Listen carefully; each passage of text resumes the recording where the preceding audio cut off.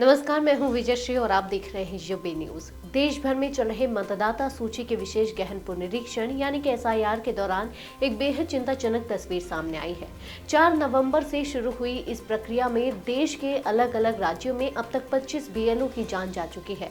काम के अत्यधिक दबाव, लगातार फील्ड वर्क और मानसिक तनाव के बीच बीएलओ की जानें जा रही है, जिससे पूरे सिस्टम पर गंभीर सवाल खड़े हो रहे हैं। मध्य प्रदेश, गुजरात, उत्तर प्रदेश और राजस्थान से आए आंकड़ों के अनुसार एमपी और यूपी में 8, गुजरात में 6 और राजस्थान में 3 बीएलओ की जान गई है। इनमें सड़क दुर्घटनाएं, हार्ट अटैक, ब्रेन हेमरेज, आत्महत्या और ड्यूटी के दौरान अचानक बेहोश होने जैसी घटनाएं शामिल है। 6 नवंबर को दमोह में एसआईआर का फील्ड वर्क करते समय श्याम सुंदर शर्मा सड़क दुर्घटना का शिकार हो गए। 11 नवंबर को दतिया के उदय भान सिहारे ने अपनी जान ले ली। 16 नवंबर को जयपुर के मुकेश जांगिड़ ने ट्रेन के आगे कूदकर जान दे दी।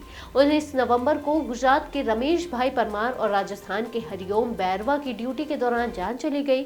झाबुआ के भुवन सिंह चौहान की भी संदिग्ध परिस्थितियों में जान गई।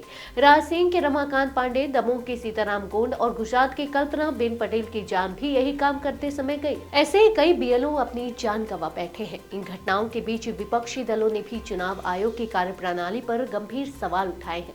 समाजवादी पार्टी ने मृतक बीएलओ के परिजनों को पार्टी की ओर से 2 लाख रुपए की सहायता देने का ऐलान किया है और आयोग से 1 करोड़ रुपए का मुआवजा देने की मांग की है।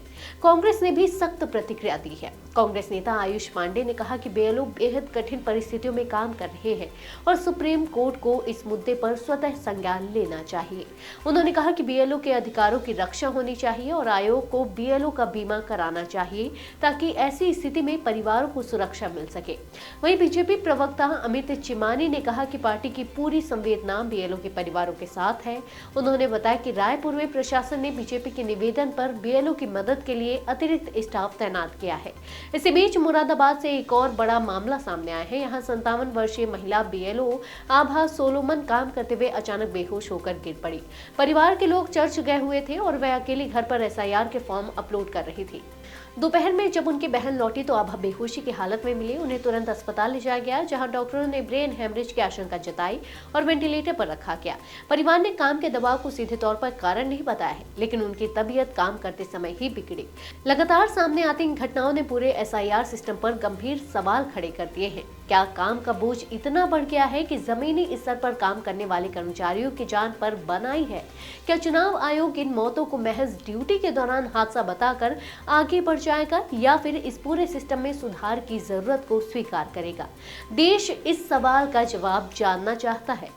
आज के लिए बस इतना ही। अगर आपके इलाके में कोई समस्या है तो अब चुप मत रहिए, अपनी शिकायत हमें भेजिए।